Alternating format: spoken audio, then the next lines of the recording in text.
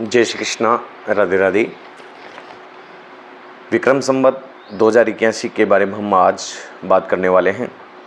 मंगलम भगवान विष्णु मंगलम गरुड़ध्वज मंगलम पुंडरीकाक्ष मंगलास्तनो हरि। भैरव भवानी संवाद में लिखा गया है, भैरव माता से कहें मेरी यही सवाल, 81 संवत तणों कहे दे मैया हाल। भवानी का उत्तर है, 81 की साल में मैं समझाऊँ तोई, अणहोनी होवे नहीं, होनी हो सो होई। राजा कुंज मंत्री शनि, इनकी खोटी चाल, युद्ध उपद्रव जगत में माचे गणा बवाल। दीवानाथ धान्यश हैं संवद विष्टा 8, कहीं धान्य का नाश हो, कहीं के होशी ठाठ। सागर तट रोहिणी बसी, स्तंभ लगे हैं 3, अन्न जल की कमती नहीं, इसमें मेष नमीन। तो हम बात कर रहे हैं, चैत्र नवरात्रि प्रारंभ हो रही है 9 अप्रैल 2024 मंगलवार से। ये धार्मिक अनुष्ठानों में जो संकल्प आदि इन सभी कार्यों में प्रयोग किया जाने वाला है, उस संवत का नाम है कालयुक्त नामक का ये संवत। अब हम बात करते हैं कालयुक्त संवत्सर का फल क्या है। रोग वृद्धि प्रजायेत कालयुक्ते विशेषतः राजयुक्तम भवेद घोरम वृष्टि घोराम वरानना। यानी क्लिष्ट रोगों में विशेष वृद्धि के कारण प्रजा में कष्ट होकर के हानि होगी और विभिन्न देशों के राष्ट्राध्यक्षों में शुद्धता, वैमनस्यता और बिखराव के कारण युद्ध जैसे हालात बनेंगे। भयंकर वर्षा होने से खड़ी फसलों को हानि व बाढ़ से कृषक त्रस्त होंगे। भविष्यफल भास्कर के अनुसार कालयुक्त संवत्सर होने से प्रजा में रोग शोक फैलता है, परंतु वर्षा पर्याप्त होने तथा धान्य आदि के उत्पादन में वृद्धि होने से साधारण जनता सुखी व आनंद में रहेगी। राजाओं में परस्पर युद्ध से प्रजा का विनाश भी होगा, कहीं धन धान्य की वृद्धि तथा वृक्षों पर पुष्प और फल भी लगेंगे। अब इस वर्ष के राजा मंगल का फल क्या है। वर्ष का राजा मंगल है, अतः वायुवेग अर्थात आंधी तूफान का प्रकोप बना रहेगा। वायुयान दुर्घटना, अग्निकांड और आतंकी धार्मिक उन्माद की घटनाएं बढ़ेगी। तस्करी, ठगी, लूटपाट तथा विभिन्न क्लिष्ट रोगों में वृद्धि से जनता त्रस्त होगी। तीव्र वायुवेग एवं बादल होने पर भी वर्षा की न्यूनता बनी रहेगी। तूफान, चक्रवात, आंधी, ओलावृष्टि आदि प्राकृतिक आपदाओं से कृषि उत्पादनों में कमी और पशुधन की भी हानि होगी। आरोप प्रत्यारोप एवं राजनीतिक वातावरण के कारण शासन कर्तव्य से भ्रमित होंगे। प्रजा में पित्त, रक्त और विषाणु जनित रोगों की बहुलता रहेगी। बाल अपचारियों के अपराध बढ़ेंगे और अपमृत्यु एवं प्रियजनों से विदोह से कष्ट होगा। आगे कहते हैं, मंत्री शनि हैं। इस वर्ष के 2081 जो संवत्सर है उसका मंत्री शनि हैं। मंत्री शनि का फल क्या है। मंत्री शनि हैं, अतः राजनेताओं व राष्ट्राध्यक्षों का व्यवहार सामान्य प्रजा के प्रति कठोर होगा। उनकी नीतियों से जनता त्रस्त होकर जनता रोष प्रकट करेगी और उसी के साथ देश के कुछ भागों में वर्षा की कमी रहने से खाद्यान्नों में कमी एवं प्राकृतिक प्रकोप का भय व्याप्त रहेगा। आम जन के पास धन संपदा एवं भौतिक संसाधनों की कमी से उनमें असंतोष बना रहेगा। लोहा, स्टील, तांबा, जस्ता, सिक्का, तेल आदि खाद्यान्न पदार्थ और पेट्रोल, डीजल आदि के भावों में तेजी होगी। सशेष मंगल का फल क्या है। यानी चतुर्मास की फसलों का स्वामी मंगल है, अतः हाथी, घोड़े, गधे आदि चौपाया तथा गाय, बैल, भैंस, ऊंट आदि दुधारू पशुओं में भी विचित्र रोगों से पशुधन की कमी होगी। उपयोगी वर्षा की कमी से धान्य, जौ, चना, सोयाबीन जैसी खड़ी फसलों को हानि होगी, जिसमें उनके भाव में भी तेजी होगी। धान्य सूर्य का फल क्या है। धान्य सूर्य हैं, अतः पीछे वाले धान्य अर्थात शीतकाल में पैदा होने वाली फसलों जैसे मूंग, मोट, बाजरा, ईख, धान्य, तिलहन, दलहन आदि की पैदावार न्यून होगी अथवा प्राकृतिक प्रकोपों के कारण कृषि को हानि होगी। दलहन, तिलहन व धान्य आदि के भावों में अप्रत्याशित वृद्धि होगी। राजनेताओं में द्वेष का भाव उत्पन्न होगा। धार्मिक उन्माद के कारण वैमनस्य बढ़ेगा और अनाज के भाव में तेज होंगे और प्रजा में विचित्र प्रकार के ज्वर और रोग आदि फैलेंगे। अब बात करते हैं मेघेश शुक्र का फल क्या है? मेघेश अर्थात वर्षा का स्वामी शुक्र हैं, अतः आगामी वर्ष में श्रेष्ठ वर्षा का योग है। उच्च पदस्थ राजनेता व राष्ट्राध्यक्षों के द्वारा विप्रजनों एवं विषय विशेषज्ञों का सम्मान किया जाएगा और राजनेता व शासन करने वाले धन धान्य से तृप्त होंगे और जनता के लिए न्यायपूर्ण नीतियों का क्रियान्वेषण होगा। रसेश गुरु का फल अर्थात रसेश गुरु हैं, अतः विशिष्ट जनों के सुखों में वृद्धि होगी और घास तृण फल फूलदान आदि वृक्षों की पैदावार अच्छी होगी। प्रजा द्वारा विप्रजनों व विषय विशेषज्ञों का सम्मान किया जाएगा। उपद्रवों के कारण जनता त्रस्त होगी। आगे हैं, बात करते हैं निर्शेष मंगल का फल। निर्शेष अर्थात धातुओं का स्वामी है मंगल, अतः माणिक्य मूंगा पुखराज हीरे आदि रत्न अर्थात लाल वस्त्र गर्म वस्त्र लाल चंदन स्वर्ण पीतल तांबा इन सब लाल वर्ण के जो पदार्थ हैं धातुएं वे महंगी होगी। अब बात करते हैं फलेश शुक्र का फल। फलेश शुक्र हैं, अतः वर्षा श्रेष्ठ होगी। घास तृण फल फूल और छोटे पौधों के समूह की पैदावार अधिक होगी और अर्थात कहने का मतलब इनका श्रेष्ठ उत्पादन होगा। राजनेता प्रशासन और धन धान्य वैभव से युक्त होंगे। कर्मकांड से आजीविका चलाने वालों विप्रजन इनसे ज़्यादा लाभान्वित होंगे। अब बात करते हैं हम धनेश चंद्र का फल। धनेश चंद्र हैं और रसादी पदार्थ जितने भी हैं दूध घी शरबत गुड़ जूस तेल सेव मौसमी आदि जो रस देने वाले पदार्थ हैं उनमें क्रय विक्रय करने वालों से लाभ प्राप्त होगा और वस्त्र अनाज सुगंधित तेल दूध घी गुड़ चावल इत्र सुगंध मिठाई आदि वस्तुओं के व्यापार में भी लाभ प्राप्त होगा। अवसरवादी व्यक्तियों को लाभ होगा।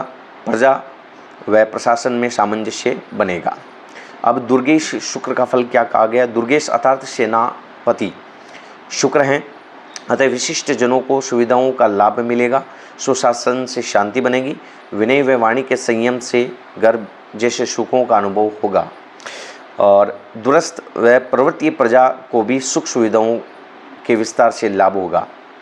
सारांश ये है, इस प्रकार कहते हैं कि वशिष्ठ राजा का प्रभाव कश्मीर अफगानिस्तान में सर्वाधिक होगा और मंत्री का पूर्वी प्रदेश कलिंग में और शशेष का ईशान व मध्य प्रदेश में और धान्येश का नर्मदा तट मध्य प्रदेश में, मेघेश का मगध देश अर्थात बिहार में और रसेश का कोंकण व गोवा में और निर्शेष का उज्जैन और इंदौर मालवादी में और फलेश का पश्चिम भाग कश्मीर आदि तथा धनेश व दुर्गेश का फल सर्वत्र समान रहेगा। अब बात करते हैं हम आगे रोहिणी निवास का फल। जो रोहिणी नक्षत्र है उसका निवास का फल क्या है? इस वर्ष रोहिणी निवास का फल रोहिणी का निवास संधि पर है, अतः इस वर्ष देश में खंड वृष्टि अर्थात असंतुलित वर्षा होगी। कहीं अतिवृष्टि तो कहीं बाढ़ भूस्खलन अग्निकांड विस्फोटक आदि के कारण जनता त्रस्त होगी। जन धन कृषि आदि की हानि तथा कुछ प्रदेशों में अल्पवृष्टि से सूखा अनाज की कमी पेयजल का अभाव जन धन की हानि अनाज की कमी से जनता त्रस्त होगी। सब्जियों व दालों के मूल्य बढ़ेंगे।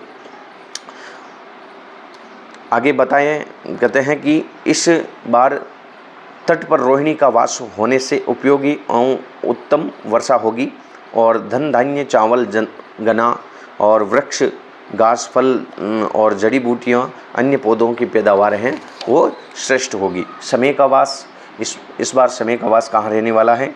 रोहिणी का वास संधि पर होने की स्थिति में संवत्सर का वास है जो वैश्य के घर पर होगा, जिसके फलस्वरूप धन का प्रसार अधिक होगा। सर्वत्र उपयोगी व अनुकूल वर्षा का अभाव होगा और खंड वृष्टि और विपरीत जलवायु से सभी प्रकार के अनाजों धान्यादि के मूल्य बढ़ेंगे और लोभ स्वार्थपरता से जनता त्रस्त होगी। खाद्यान्न के व्यापारी लाभान्वित होंगे। अन्य मत ये भी हैं, रोहिणी का निवास तट पर होने से संवत का वास धोबी अर्थात रजक के घर होगा, जिसमें श्रेष्ठ वर्षा का योग बनेगा। धान्य चावल गेहूँ चना ईख मक्का हरी सब्जी वृक्ष और फलों का उत्पादन श्रेष्ठ होगा। सुख एवं ऐश्वर्य की प्राप्ति से जनता प्रसन्न होगी और कुएं तालाब नदी नाले बावड़ियाँ जल से परिपूर्ण होगी। समय का वास समय का वाहन है। इस बार समय का वाहन वर्षभ अर्थात बेल होगा, अतः श्रेष्ठ वर्षा होगी। पहाड़ी क्षेत्रों में अतिवृष्टि होगी और नदियों पानी के वेग में बाढ़ का भय होगा। वृक्षों पर फल फूल की श्रेष्ठ पैदावार होगी एवं पशुओं का चारा घास तृणादि भी श्रेष्ठ होंगे। कुछ राज्यों में राजनीतिक विरोध चरम पर होंगे। अन्य मत और भी हैं। अब बात करते हैं आवर्तकादि चतुर्मेघों में आवर्त नामक मेघ का फल है।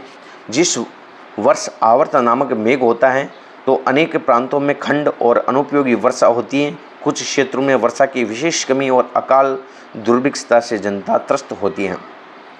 9 मेघों में वरुण नामक मेघ का फल क्या है? वरुण नामक मेघ होने से कर्म कांड में आजीविका चलाने वाले विप्रगणों और अग्निहोत्रियों का आदर बढ़ेगा। प्रजा हेतु सुख साधनों की वृद्धि होगी। अनाज धान्य आदि का उत्पादन श्रेष्ठ होगा। कहीं अनुकूल वर्षा, कहीं अधिक वर्षा और कहीं भयंकर बाढ़ से जनता त्रस्त होगी। 12 नागों में प्रत्युश्रव नाम का जो नाग का फल है वो इस प्रकार है। इस वर्ष प्रत्युश्रव नाम नाग का उदय होगा और इस वर्ष उपयोगी वर्षा का अभाव रहेगा। गेहूं, चना, धान्य, ईख, चावल आदि की फसलों की क्षति होगी। वर्ष के 4 स्तंभ हैं। चैत्र शुक्ल प्रतिपदा जल स्तंभ ये 37.19 यानी 37.19% है। रेवती नक्षत्र का सहयोग मध्य स्तंभ से भी कम है। अतः इस वर्ष खंड वृष्टि, कहीं अतिवृष्टि तो कहीं अनावृष्टि के योग बन रहे हैं। पेयजल की समस्या, भूजल में गिरावट, नदियों के जलस्तर में गिरावट से जनता त्रस्त होगी और अतिवृष्टि से कृषि को भी हानि है और बाढ़, सूखा और दुर्भिक्ष से जनता त्रस्त होगी। अब वैशाख शुक्ल प्रतिपदा ये तृण स्तंभ है। इसका प्रतिशत 21.86% है। भरणी नक्षत्र का सहयोग अल्प होने से तिनके, बांस, घास, पुष्पों और भूसे से निकलने वाले मुख्य अनाज, वनस्पतियों, जड़ी बूटियों तथा अन्य वन औषधियों के उत्पादन व उपलब्धता में संतुलन बिगड़ेगा। मानसून के विलंब से अनियमित वर्षा होगी जिसमें गर्मी की अधिकता, फसलों का नुकसान और सब्जियों की पैदावार में कमी। प्रतिकूल वर्षा के कारण पशु पक्षी व जनता त्रस्त होगी। आयुर्वेद औषधियों, दूध, डेयरी उत्पादन महंगे होंगे। ज्येष्ठ शुक्ल प्रतिपदा ये वायु स्तंभ है। ये 90.57% है। मृगशीर्षा नक्षत्र का सहयोग श्रेष्ठ होने से अनुकूलन वायु वेग और अनुकूल मेघ संचार से वर्षा श्रेष्ठ होगी। ग्रीष्म ऋतु वैशाख और ज्येष्ठ में ऋतु अनुसार वायु वेग जिससे लू तेज चलेगी। दक्षिण पूर्वी तटीय प्रदेशों में विशेष रूप से उत्तरी भारत में भीषण वायु वेग, चक्रवात और तेज आंधियों से कृषि में हानि होगी।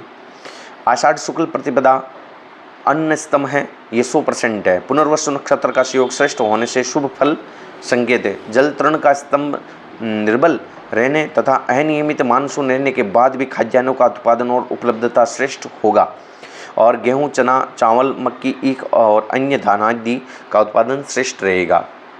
अन्न का भंडारण, गुणवत्ता, वितरण, प्रशासन के लिए मशक्कत का काम होगा। इस प्रकार उपरोक्त चारों स्तंभ देश की अर्थव्यवस्था की रीढ़ होते हैं और जल तथा तृण स्तंभ निर्बल होने और वायु अन्न स्तंभ श्रेष्ठ होने से शुभ फल प्राप्त होंगे। अब बात करते हैं आवर्षण द्वारा रक्षाफल, जिसमें प्रथम आर्ष, द्वितीयार्ष, तृतीयार्ष और चतुर्थ आर्ष बताया गया है। कहते हैं आके तीज रोहिणी न होई, पोष अमावस मूल न जोई, राखी श्रवणों हीन विचारो, कार्तिक पूनो कृतिका टोरा, और मही माही खल बल ही प्रकाशे, कहत बडरी साली निवासे। अर्थात वैशाख की अक्षय तृतीया को यदि रोहिणी न हो, पोष की अमावस्या को मूल नक्षत्र न हो और रक्षाबंधन के दिन श्रवण और कार्तिकी की पूर्णिमा को कृतिका न हो तो पृथ्वी पर दुष्टों का बल बढ़ता है और धन की उपज कम होती है। अब बात करते हैं इस बार विश्वामान किस प्रकार रहने वाला। संवत आदि के जो विश्वामान हैं वो कैसे रहेंगे। वर्षादि विश्व का कुल मान 20 विश्वा होता है, जिससे पदार्थ के लिए विश्वा 1 से 20 अंकों के मध्य जितने अधिक विश्वा होंगे वो उतना ज़्यादा उत्पादन होगा। उस वस्तु के उत्पादन की मात्रा उतनी कही गई है। इस वर्ष 2081 में समय का विश्वा है 8 विश्वा, समय वाहन वृषभ, और सोमवती अमावस्या 2 आएगी, और सोमवती पंचमी 1 भी नहीं, और अंगार की चतुर्थी 1, भानु सप्तमी 2, बुधाष्टमी 3 और सूर्य दशमी 3, समय मुहूर्त 390 और समय दिन 355, तिथि क्षय, इस बार तिथि क्षय 16 है और तिथि वृद्धि है वो 11 है। अष्टोत्तरी मतेन उत्पत्ति विश्वा 96 है और खपति विश्वा 108 है। विंशोत्तरी मतेन उत्पत्ति विश्वा 99 है और खपति विश्वा 87 है। वर्षा विश्वा 5 है, धान्य विश्वा है 11, तर्ण विश्वा है 5 और शीत है 13 और तेज हैं 17 और वायु हैं 13 और वृद्धि है 15 और क्षय है 15। जितना बढ़ेगा उतना घटेगा।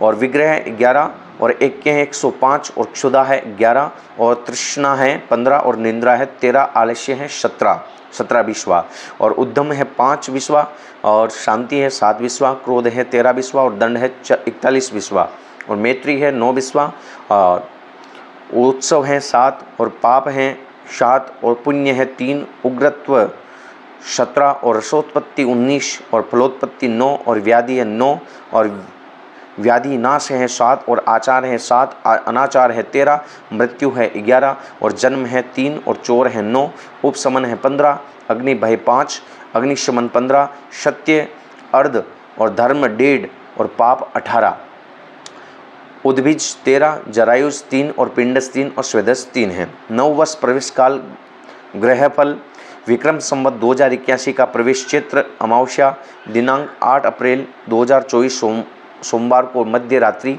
11:51 पर हो रहा है। वर्ष का प्रारंभ धनु लग्न में हो रहा है, अतः उत्तर एवं पूर्व में स्थित प्रांतों में जनता सुखी होगी और कुछ स्थानों में अतिवृष्टि व अवर्षण से दुर्भिक्ष होगा। मध्य प्रदेश में जल भराव से भारी कष्ट होगा। पश्चिम में घी धान्यादि 5 महीने तक सुलभ होगा और दक्षिणी देशों में जनता सुखी होगी और लेकिन पशुधन में रोग आदि से चिंता बढ़ेगी।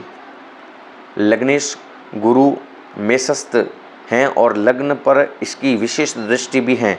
तृतीय भाव में कुंभस्थ शनि मंगल का ऐक्य देश के कुछ भागों में भयंकर उग्रवाद जन्य आपदा आएगी और पाक, चीन, यूरोपीय देशों में कहीं युद्ध का संकेत है।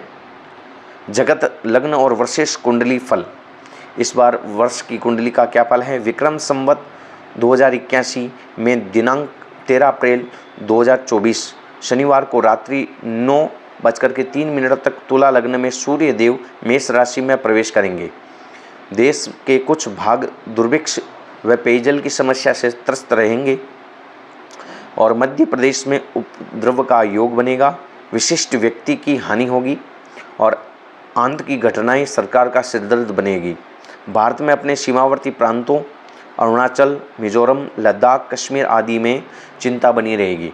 भारत, चीन, अमेरिका, उत्तर कोरिया, सीरिया, इराक, ईरान, पाक के कुछ भागों में इस वर्ष महामारी से जनधन की हानि होगी।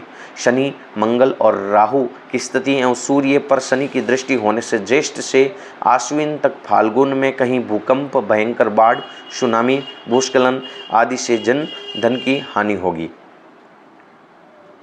धन्यवाद।